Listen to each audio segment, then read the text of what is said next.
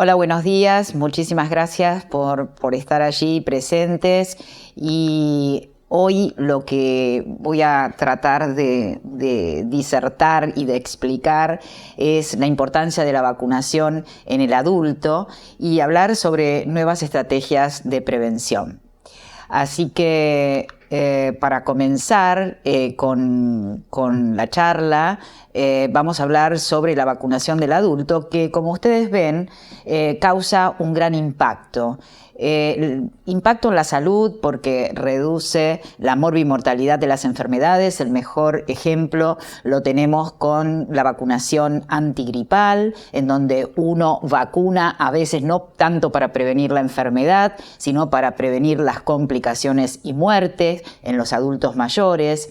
Erradica enfermedades como por ejemplo la viruela, o bien elimina, como en el caso del sarampión autóctono en la Argentina, o también controla, como es en el caso del tétanos, porque como ustedes saben, el Clostridium tetanus no se puede eliminar. Así que eso es un aspecto importante. El otro aspecto importante es que si nosotros vacunamos y adquirimos unas buenas coberturas de vacunación, más del 90%, 95%, vamos a proteger a aquellas personas que no se vacunen o que no se puedan vacunar. Hay vacunas que son las vivas atenuadas, que muchas veces los inmunocomprometidos severos no las pueden recibir, y entonces eso es lo que nosotros hablamos como protección de rebaño. Y por supuesto que previene la resistencia antimicrobiana, el uso entonces de antibióticos, y previene el cáncer, como son las vacunas contra el VPH y la hepatitis B.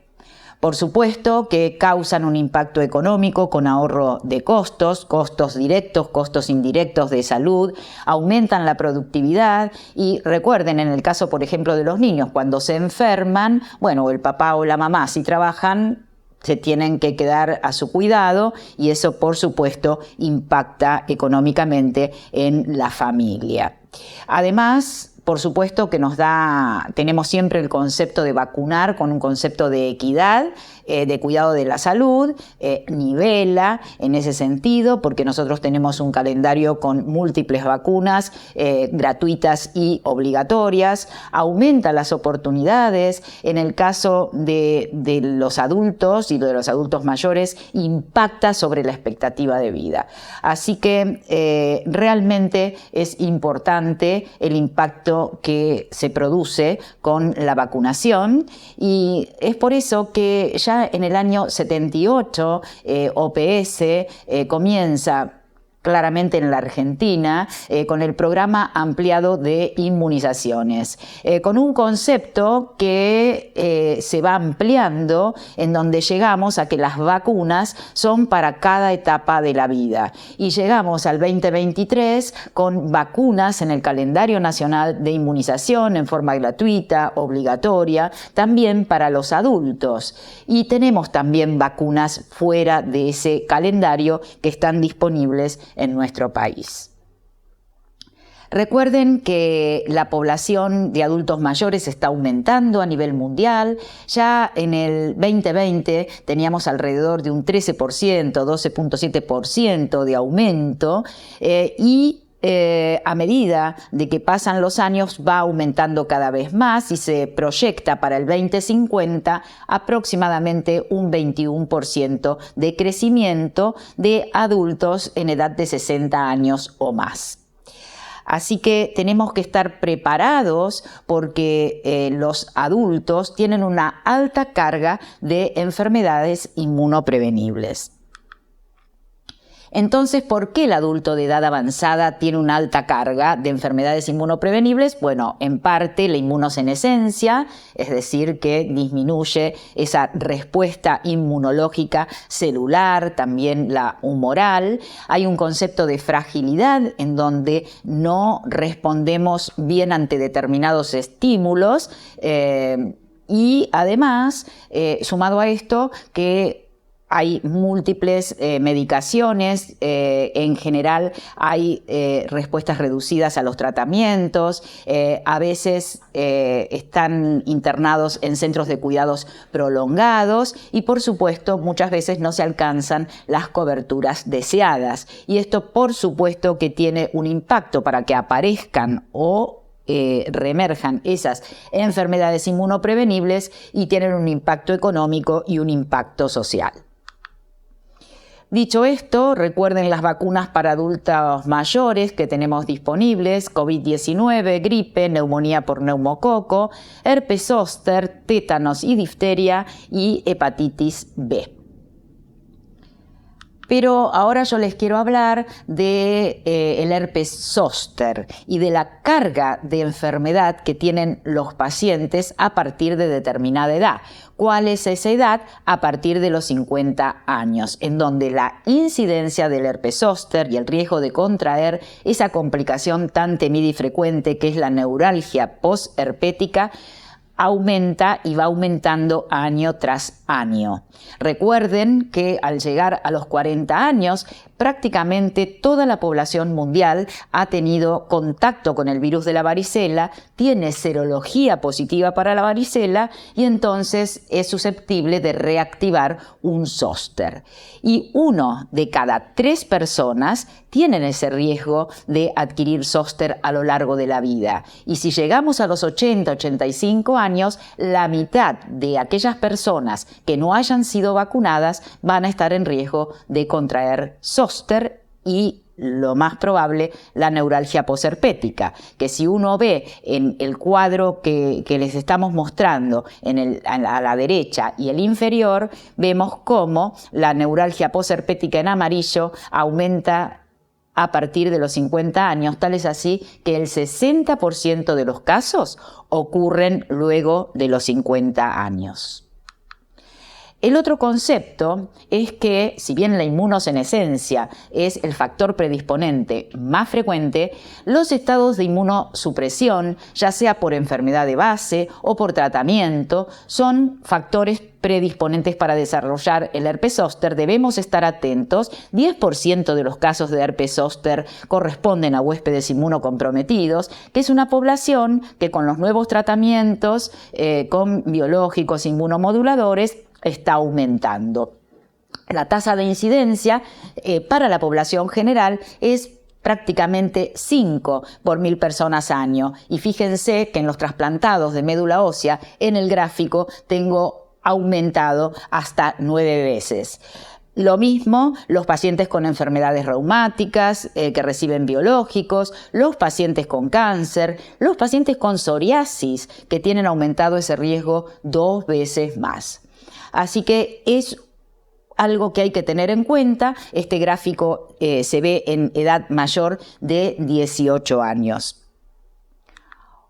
Otros factores que hay que tener en cuenta, que sí nosotros como médicos en realidad no los consideramos, son las comorbilidades, no los inmunocomprometidos, sino aquellos pacientes que tienen insuficiencia renal, cardíaca, hepática, pulmonar crónica, lo mismo que las personas con depresión, las personas con diabetes, también el alcoholismo y por supuesto las enfermedades reumatológicas, las enfermedades en realidad mediadas por inmunocomplejos, tienen un mayor riesgo de desarrollar el zóster. Y la particularidad es que estos pacientes con comorbilidades desarrollan el zóster a etapas más tempranas que la vida, es decir, es proporcionalmente mayor a menor edad ese riesgo. Y entonces, todo esto, ¿por qué lo decimos? Porque tenemos una vacuna y son las bases racionales para las recomendaciones que luego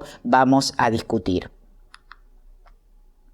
Vamos a hablar sobre la vacuna que está disponible contra el herpes zóster desde marzo de este año, que es la vacuna de subunidades recombinante adyuvantada. Decirles que es un adyuvante, o por supuesto que ustedes lo deben tener en cuenta, pero refrescarles la memoria en cuanto al adyuvante es una sustancia que permite adosada al antígeno, en este caso vacunal, de amplificar, robustecer esa inmunorrespuesta y además permite que esa respuesta dure más en el tiempo. Además, necesito menos antígeno para conseguir el efecto deseado. Y por supuesto, como los adyuvantes no se usan para las vacunas replicativas, se usan para las vacunas inactivadas o de subunidades, es decir, para las vacunas no vivas. Bueno, justamente es una ventaja en los huéspedes inmunocomprometidos utilizar este tipo de vacunación.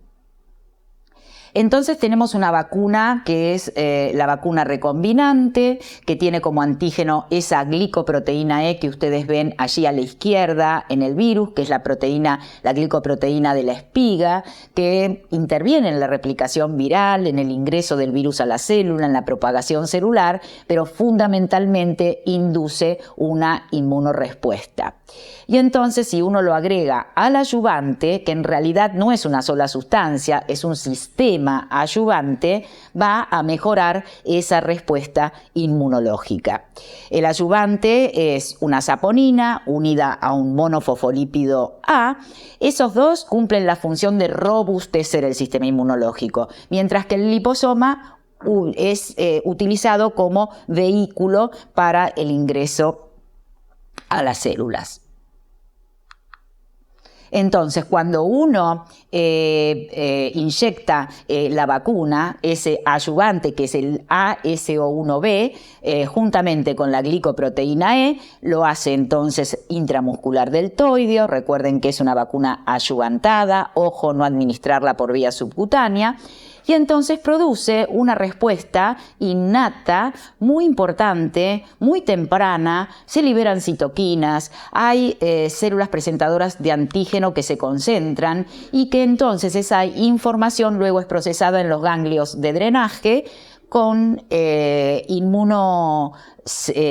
inmunidad celular específica contra la glicoproteína E y también las células B específicas con esa glicoproteína y entonces luego, una vez que se produce ese reconocimiento, bueno, son las encargadas de producir anticuerpos e inmunidad específica de celular. Entonces tenemos, como ustedes ven allí a la derecha, en ese gráfico, la respuesta de la vacuna adyuvantada. Está una respuesta temprana, una respuesta robusta, alta, que se mantiene en el tiempo, y en la parte inferior del gráfico ustedes ven cómo es la respuesta a una vacuna que no tiene adyuvante. Ustedes saben que para que las vacunas se aprueben se necesitan hacer estudios que llamamos pivotales. Esos estudios en fase 3 para la vacuna recombinante fueron el SOE 50 y el SOE 70. También estudios pivotales en inmunocomprometidos fueron desarrollados debido a que era una vacuna que podía ser aplicada en inmunocomprometidos. Pero bueno, vamos a hablar de estos dos estudios clínicos rápidamente, que son los estudios de fase 3, con grandes poblaciones, con gran reclutamiento real en ambos. Los dos estudios tuvieron el mismo tipo de diseño. Fueron estudios randomizados, ciegos al observador, controlados con placebo, multicéntricos en todos los continentes, cuyo objetivo primario fue demostrar la eficacia de la vacuna contra el herpes zóster en personas de 50 años o más o en personas de 70 años o más. En el estudio SOE 50 se estratificaron esas personas entre 50 y 59 años, 60 a 69, 70 o más, y en el de 70 entre 70 y 79 y de 80 o más.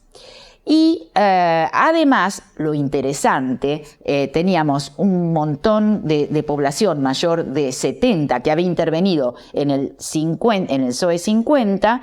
Recuerden que los dos estudios se hicieron en forma paralela, y también la población del 70. Entonces se hizo un análisis agrupado y tuvimos gran cantidad de personas de 70 años o más en donde pudimos evaluar la eficacia de la vacuna contra el zóster y contra la neuralgia posherpética en esta población, que es la que, si ustedes recuerdan lo que le dije en cuanto a la carga de enfermedad, son las que muchísimo más riesgo tienen. Entonces, la vacuna se aplicó en 2 dosis, por vía intramuscular, 0 y 2 meses. ¿Cuáles fueron los resultados para el SOE 50? Fíjense, en los mayores de 50 años, 97% de eficacia, de protección contra el zóster, la global. Pero si ustedes analizan las poblaciones que yo les había comentado, fíjense que esa eficacia en esos 3 años aproximadamente de seguimiento que duró el estudio, en esa mediana, no se modificó esa eficacia. ¿Y qué pasó en el SOE 50 y el SOE 70, que fueron personas mayores de 70 años o de 70 años, que fueron aproximadamente versus el placebo 14.000 personas? Con lo cual, fíjense que la eficacia fue alrededor de un 91%. Y si uno desagrega en cuanto a las edades, fíjense que no varía en esos 3 años y 7 meses de seguimiento. También se evaluó la neuralgia posherpética y se vio en el SOE 50 qué pasaba en los mayores de 50 años. Y se vio que hasta los 69 años las personas no habían tenido como complicación la neuralgia posherpética. ¿Y eso cuál es la lectura? Probablemente la protección contra la neuralgia posherpética de esta vacuna sea que proteger a las personas que no desarrollen zóster. Y en cuanto al análisis agrupado en el SOE 50 y en el SOE 70, bueno, para la neuralgia posherpética, fíjense, en mayores de 70 años, 88.8%, muy alto, de eficacia.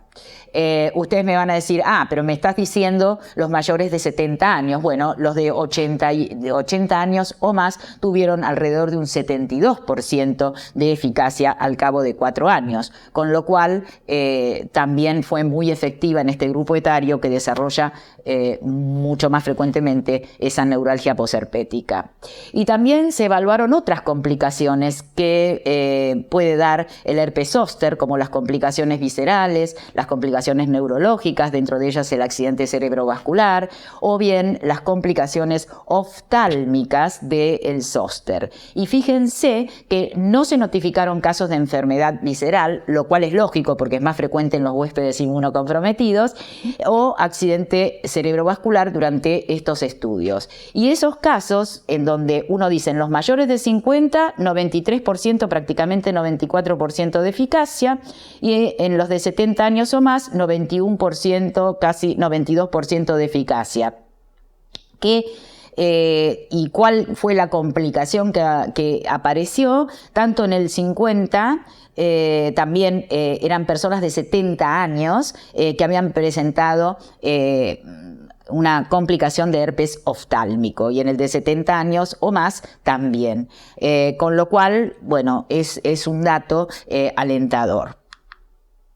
Con respecto a los acontecimientos locales y generales solicitados por dosis dentro de los 7 días, es importante llevarse el mensaje porque es lo que nosotros en el consultorio le vamos a decir a los pacientes cuando indicamos la vacuna.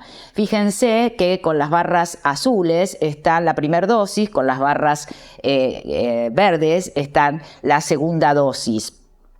Con la primera dosis, los efectos locales son importantes, también con la segunda, pero más con la primera, y es el dolor en el sitio de aplicación, el eritema, que estos pacientes pueden sufrir. Y lo pueden sufrir en un 70% o un poquito más de los casos, con lo cual yo a las personas le tengo que decir, mire, va a tener probablemente dolor en el sitio de aplicación. Ese dolor, por el gráfico que ustedes ven allí, no es un dolor que le va a causar o inhabilitar para hacer sus tareas habituales en la mayoría de los casos. Es así y en 2 o 3 días ya se resuelve.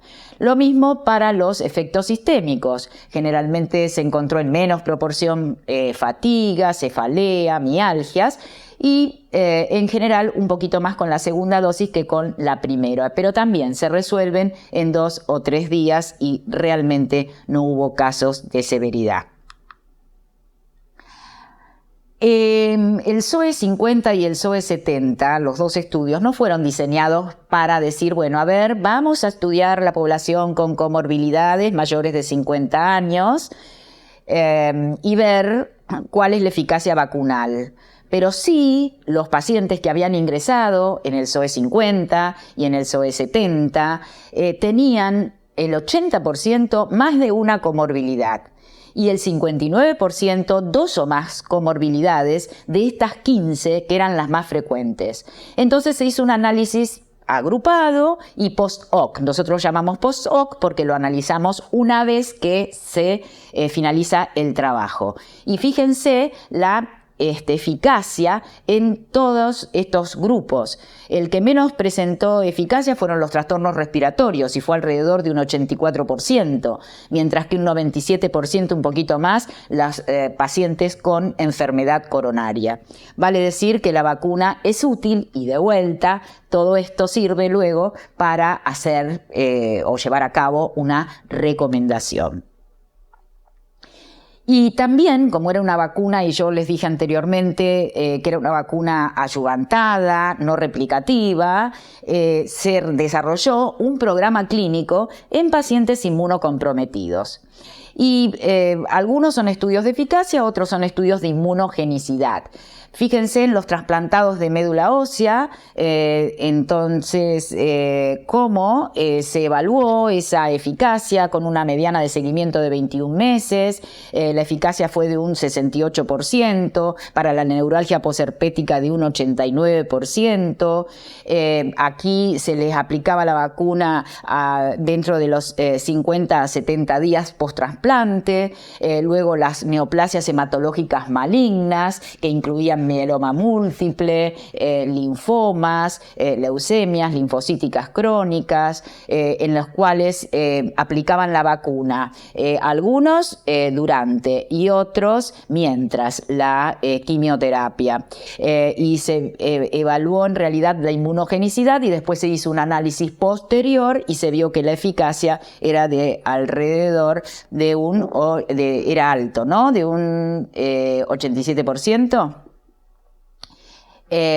Así que, bueno, y después los trasplantados renales, en donde obviamente también se los estudió, pero se estudió la inmunogenicidad y que esa inmunogenicidad y respuesta fue también muy alta, por encima del 80%. Y se le aplicaba la vacuna en general entre los 4 y 18 meses posterior al trasplante.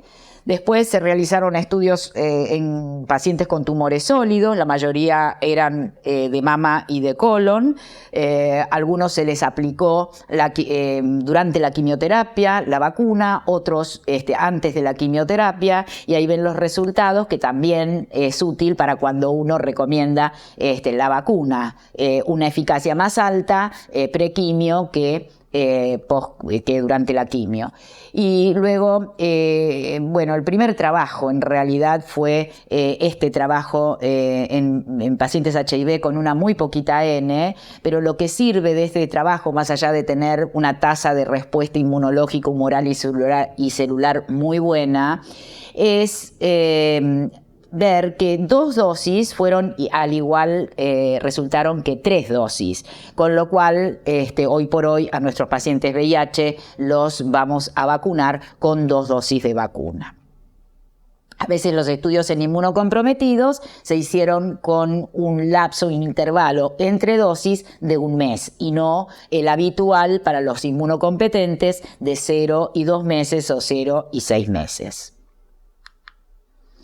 Entonces tenemos una vacuna de subunidades, recombinante, adyuvantada, que contiene glicoproteína E modificada con un sistema adyuvante que es el ASO1B, con 2 dosis, 0 y 2 dosis, la segunda dosis en realidad a los 2 o a los 6 meses, que podemos adelantar esa dosis en los huéspedes inmunocomprometidos, hacer 2 dosis, 0 y 1 mes.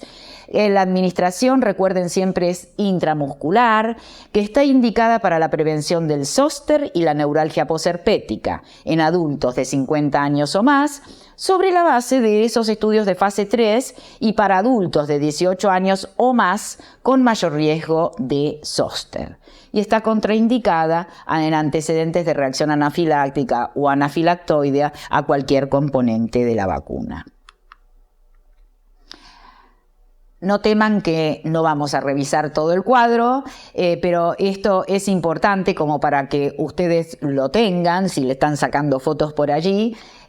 Ustedes saben que nosotros teníamos una vacuna que no era una mala vacuna, que era la vacuna viva atenuada, pero la vacuna adyuvantada fue superadora. Es por eso que no la tenemos más en el mercado, la vacuna viva atenuada en nuestro país y tampoco en América Latina. Hay pocos países que la siguen manteniendo.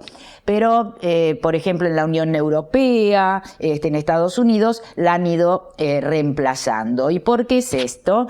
Porque la vacuna viva atenuada tenía una eficacia, o tiene una eficacia, en los pacientes de 50 años de un 70%, pero en los de 60 un 51% aproximadamente. Y si ustedes ven, con respecto a la eficacia, va disminuyendo con la edad. Tal es así de que los pacientes de 80 años o más tenían una eficacia muy bajita, del 18%. Y la duración y la persistencia de esa eficacia disminuía con el tiempo, a menos del 10% en el año 9, con lo cual eso era un problema o es un problema. Pero bueno, la ventaja de la vacuna es que es una sola dosis y que en realidad no tiene tanta reactogenicidad como tiene la vacuna adyuvantada. Entonces, bueno, si vemos con respecto a la vacuna adyuvantada, la principal característica es la alta eficacia, que esa eficacia no se modifica ni con la edad ni tampoco al pasar el tiempo. Y hay estudios que no venían al caso en esta charla, pero ya están publicados, que son los estudios de eficacia a largo plazo, en donde se mantiene al menos 10 años.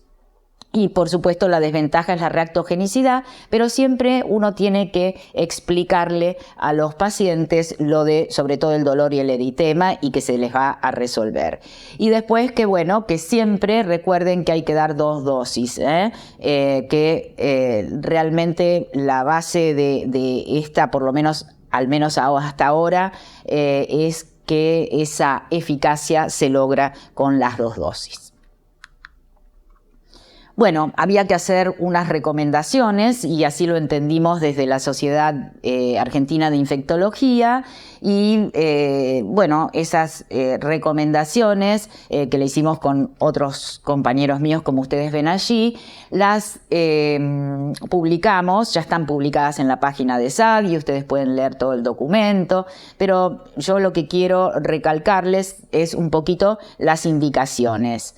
Personas con edad de 50 años o más inmunocompetentes tienen indicada la vacuna y se las indica en 2 dosis, que pueden ser a los 0 y a los 2 meses, o a los 0 y 6 meses, que también es un esquema que está estudiado.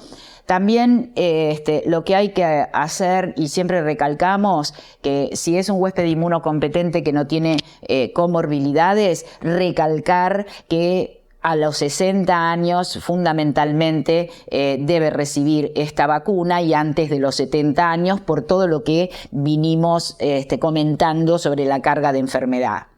Con respecto a las personas con inmunocompromiso mayores de 18 años, ustedes vieron los trabajos. En general, uno recomienda para hacer un esquema acelerado entre 0 y 1 mes.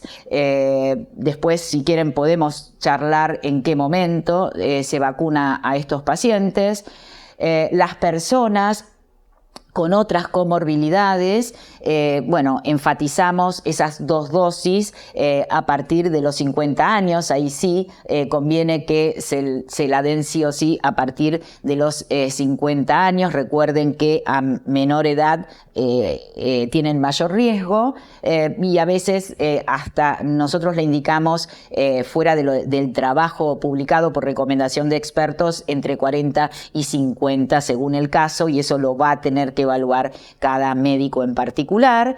Y por supuesto, las personas que han tenido zóster pueden tener recurrencias de ese zóster y entonces recomendamos esa vacunación preferentemente luego de los 6 a 12 meses. Puede también aplicársela un poquito posterior a ese intervalo. Y después las personas que han sido vacunadas con la vacuna viva atenuada también pueden recibir la vacuna. Nosotros consideramos un tiempo a los 2 años, podemos ver por qué lo podemos discutir, pero el tiempo mínimo son 2 meses.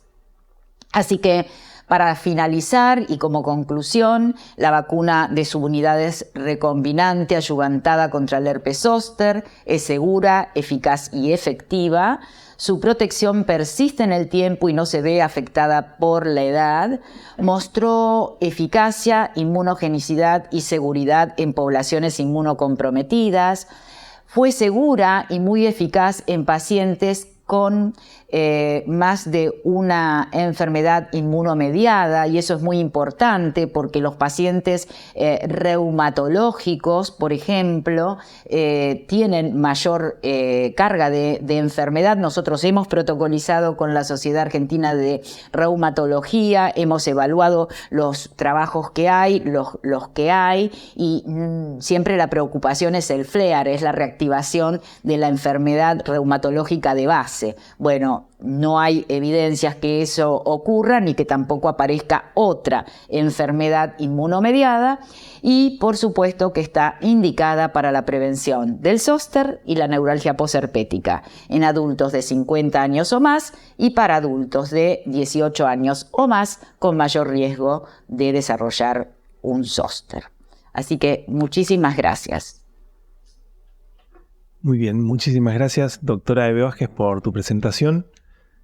Vamos a hacer un bloque de preguntas que van a estar grabadas. La doctora no ha podido estar presente, pero les deja la grabación de su presentación para que la puedan disfrutar y puedan enviarnos preguntas al mail estambuliantalks@funsei.org.ar en caso de tenerlas. Doc, la primera pregunta tiene que ver con las vacunas del adulto en general.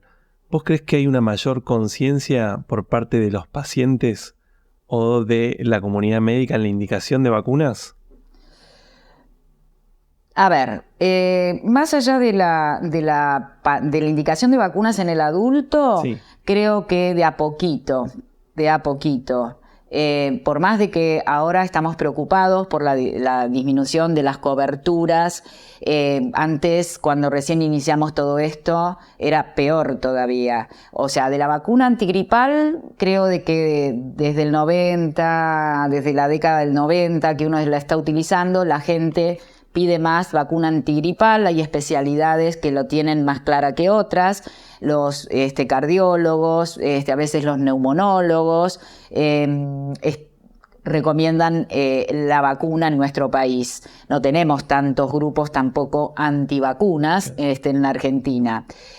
Con respecto a otras vacunas, todavía tenemos mucho que trabajar, a pesar que incluso desde la Sociedad de Infectología hemos hecho campañas contra la neumonía, y desde también FUNSEI hemos hecho campañas contra la neumonía. Todavía aunque hay cada vez más gente que indica la vacuna. Lo que pasa es que hay barreras. Tuvimos la barrera también de la pandemia, tenemos la barrera de un esquema secuencial, que también ese esquema con 2 dosis de vacuna también complica muchas veces si se la dio, si no se la dio. No todas las vacunas tienen registro nominal, no en todas las áreas en la Argentina no está todavía nominalizada, es decir, tener en un solo lado toda la base de datos, y eso también complica, y por supuesto que la pandemia complicó y mucho. Pero en cuanto a la gente, los adultos mayores sí son conscientes que se tienen que dar la vacuna de la neumonía y se tienen que dar la vacuna antigripal. Y también ahora son conscientes que se tienen que dar la vacuna contra el zóster. Cuesta un poquito más contra la hepatitis B. No sé si es una población que, si bien se vacunan de chicos y está en calendario, hay un montón de población que por eso se incorporó incluso al calendario, porque había un montón de población que no estaba vacunada, sobre todo en edad sexual activa, y la hepatitis B tiene el mismo mecanismo de transmisión que el HIV, nada más que muchísimo más contagioso o mucho más efectiva esa transmisión, y por eso se incorpora al calendario, si mal no recuerdo, en 2012, para todos los adultos, independientemente de que yo tenga 70, 80 o tenga lo que tenga, porque además la transmisión puede ser sanguínea y el virus B dura mucho más que el del VIH en una jeringa. Y todavía eso cuesta. Si uno en el consultorio revisa el calendario, que lo deberíamos hacer a partir de la segunda consulta, si viene por otra cosa no lo vamos a agobiar al paciente, pero una vez resuelto, creo que es importante que uno revise el calendario, ver qué vacunas le falta de acuerdo a la edad, y indicarles el por qué es la vacunación. Si uno le explica el por qué a los pacientes entienden y el 99% se va a ir a vacunar. Bien. Yendo ya a la vacuna de zóster, mencionaste que las comorbilidades en general no las tenían en cuenta los médicos como riesgo potencial del paciente. ¿Cuántas comorbilidades debería reunir ese paciente para ser considerado de riesgo? Una sola. En realidad, los trabajos están siendo con uno o más de uno. No es quizás que vos decís, a ver, ¿cómo se comporta? Yo sé por qué me lo preguntás, porque quizás escuchaste alguna charla de neumonía, de neumococo, en donde había a medida que ibas aumentando las comorbilidades, te ibas apareciendo cada vez más al huésped inmunocomprometido. Acá eso, por lo menos esa data no la tenemos. Los trabajos se hicieron con una o más comorbilidades. Yo te puedo asegurar que hablas con los reumatólogos y ven mucho zóster. Incluso hay que recordar que ellos tienen publicaciones periódicas en pacientes con artritis reumatoidea, utilización de TNF, que la segunda causa de infección es el herpes zóster. Así que no hace falta tener más de una comorbilidad, ya de por sí tienen mayor riesgo, ¿no? Con una vacuna que en realidad es eficaz. Bien. Respecto a las personas que preguntan luego de haber tenido herpes zóster, ¿qué tan recomendada está la vacunación a partir de ese primer evento? Bueno, uno antes se creía que el zóster no recurría, y que lo único que recurría era el herpes simplex. Está bien que el herpes simplex, si un paciente dice yo tuve herpes zóster y viene con 10 episodios de herpes, sobre todo el oftálmico, que si no lo estudias a lo mejor parecería de que tuve un zóster oftálmico, y a veces es un herpes simplex. No recurre tanto como el herpes simplex, pero recurre. Puede recurrir hasta 2 o 3 veces. Y te puedo asegurar que el que tiene una neuralgia posherpética no tiene más ganas de que recurra, porque muchas veces las lesiones no solamente son invalidantes en ese momento, sino que Roberto, creo de que va a hablar de neuralgia posherpética, vean que muchas veces queda para toda la vida los distintos tipos de neuralgia o impactos o síntomas que da la neuralgia posherpética, con lo cual si hay una vacuna que previene, realmente hay que darla porque puede tener un segundo episodio. El temita es que muchas veces, claro, hay dos cosas que nos ocurren en la consulta. Una, que es que tengo el episodio y ya me quiero vacunar. ¿Puedo vacunarme? Sí, más vale que se puede vacunar y no va a impactar ni impedir que si tiene una neuralgia posherpética, el paciente se pueda vacunar. No va a empeorar esa neuralgia posherpética. Te va a seguir tal cual y respondiendo o no respondiendo a la medicación. Pero hay que decirles y ser muy conscientes dos cosas. Una, que la vacuna no es terapéutica, es decir, no nos va a sacar esa neuralgia posherpética que ya se produjo, es decir, va a prevenir un nuevo episodio de zóster.